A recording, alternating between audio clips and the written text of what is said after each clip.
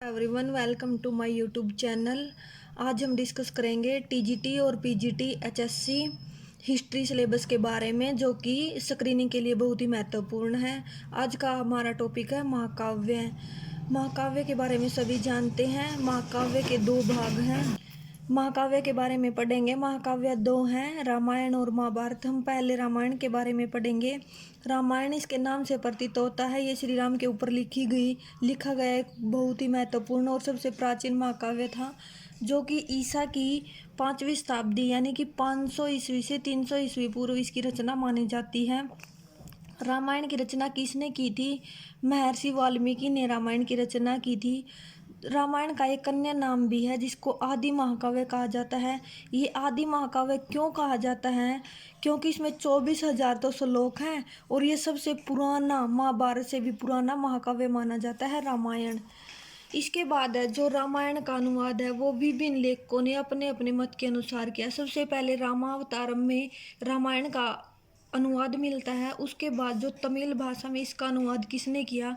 उस समय चोल शासक का शासन था और कोलुतुंग तृतीय इसका शासक था। उसके काल में कुंभन नामक व्यक्ति ने रामायण का तमिल भाषा में अनुवाद किया था। बंगला भाषा में इसका अनुवाद किसने किया?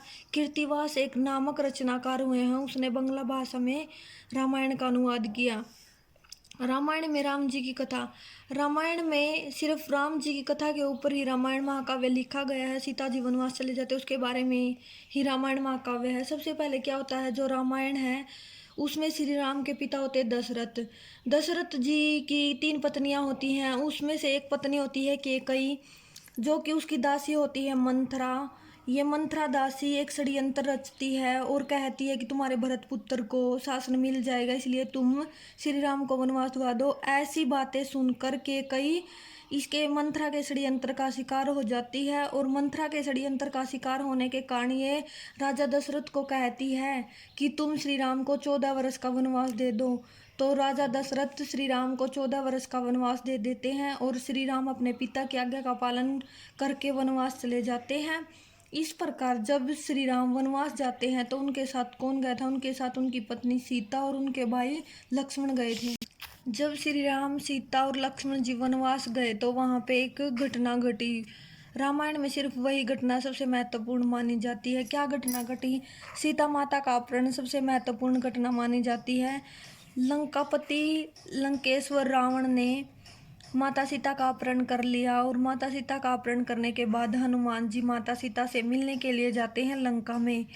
रावण को इस बात से क्रोध आता है और रावण क्या कहते हैं, जो लंकापति रावण है वो कहते हैं कि इस वानर की पूंछ में आग लगा दी जाए।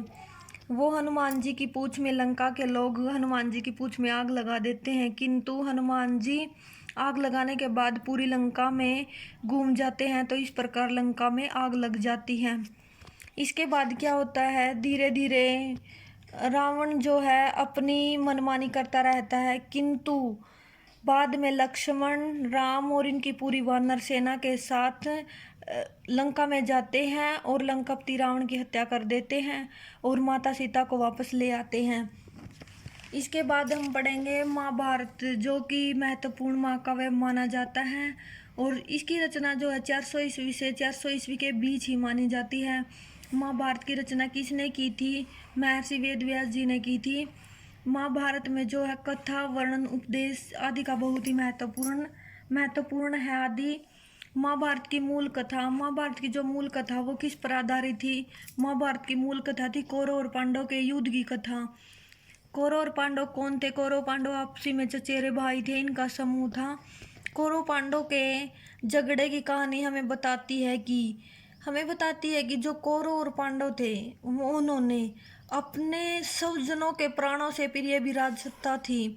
दुशासन, दुर्योधन जैसे क्रूर व्यक्ति थे, उन्होंने पांडव को वनवास दिया, लक्षागृह में आग लगाई, किंतु उनको फिर भी राजसत्ता हासिल करने के लिए अपने प्राणों की कोई वो नहीं थी, अपने प्राण प्रिय नहीं थे। उन्होंने सब जन यानी कि भीष्म